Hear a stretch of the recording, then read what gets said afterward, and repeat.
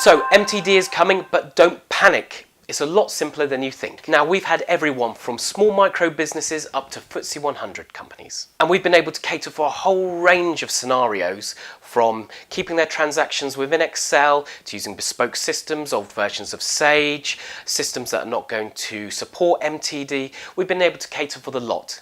Now, the one thing that is important is the Excel spreadsheet when bridging, so let's discuss that now. So here we have our example spreadsheets, and as you can see, it's the same 9-box totals as before. The main rule is that these totals need to be calculated, whether it's from within the spreadsheet or calculated from transactions that are held in another system. So the main thing you can't do is manually calculate these to one side and then type the totals over a box like this. So what does a transaction look like? So a transaction looks like this. In this example, we're a spreadsheet, so we've just got one line to represent the invoice. So we've got the date, the value, and the VAT rate.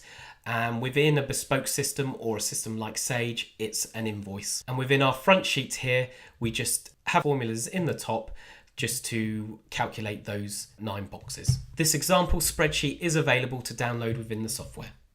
So this is a Sage 50 VAT return that's been exported. So all the digital records are invoices within Sage, and then this has been exported. Now, unless you have something like partial exemptions, you can't alter this in any way. It just has to be uploaded through the bridging software as it is.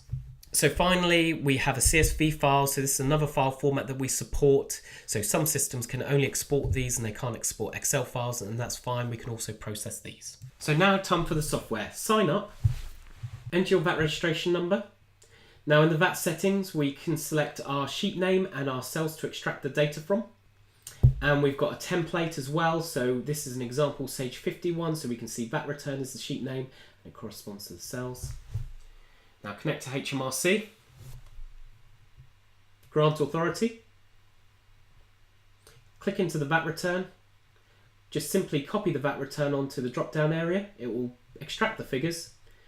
Check that they're correct and send them. And then you've sent your VAT return.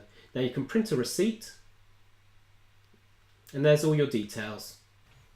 That is as simple as sending a VAT return for MTD.